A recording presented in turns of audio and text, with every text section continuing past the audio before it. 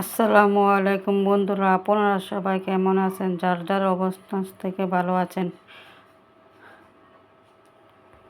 আজকে আমি একটা নতুন রেসিপি নিয়ে আসলাম। বগুড়ার বিখ্যাত আলু ঘাটি। দেশে ছোট আলু চুলাতে বসিয়ে দিলাম। এবার ঢাকনাটা ডেকে 20-30 মিনিট সিদ্ধ করে নেব। ঢাকনা খুলে সিদ্ধ করে চেক করে নিলাম সিদ্ধ হয়েছে কিনা। আলুটা সিদ্ধ হয়ে গেছে। এবার মাংসটা রেডি করে নেব। আলুটা আমি ছিলে নিলাম। যারা আমার চ্যানেলের নতুন বন্ধু এসেছেন, এখনও চ্যানেলটি সাবস্ক্রাইব করে না, চ্যানেলটি সাবস্ক্রাইব করে এটা লাইক দিয়ে ভিডিওটা কন্টিনিউ করবেন। আলুটা আমি ভেঙে নিয়েছি, একদম মিহিন করে ভাঙবো না, একটু আলতো আলতো রাখবো, একটু পানি দিয়ে একটু করে রাখবো। ভিডিওটা দেখতে দেখতে কোনো অংশ যদি ভালো লেগে থাকে একটা লাইক কমেন্ট করে দেবেন।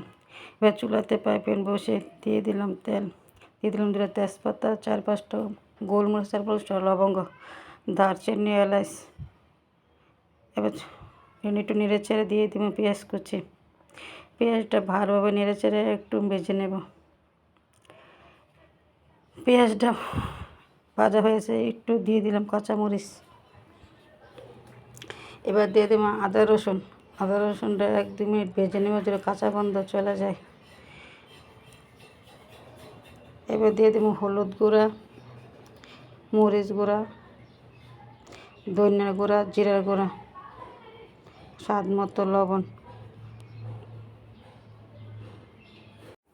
এই বগুড়ার আলু ঘাটিটা এত যে মজা, একবার রান্না করে খেয়ে দেখবেন, এতটা মজা হয়। এবার দিয়ে দিলাম পানি দিয়ে একটু নেড়ে চেড়ে 2-3 মিনিট ভালোভাবে কষিয়ে নেব। মশলাটা কষানো হয়ে গেছে, এবার দিয়ে দেবো মাংসটা এবার একটু নেড়ে চেড়ে যতক্ষণ পর্যন্ত কষানো হবে থাকবো। এবার ঢাকনাতে ডেকে 5 মিনিট কষিয়ে রাখবো। এবার ঢাকনা খুলে আবার একটু নেড়ে চেড়ে দেবো। এই দেখেন মাংসটা কষানো হয়ে গেছে, দিয়ে দেব ভেঙে রাখা আলুটা দিয়ে আমি আবার 2-3 মিনিট কষিয়ে নেব।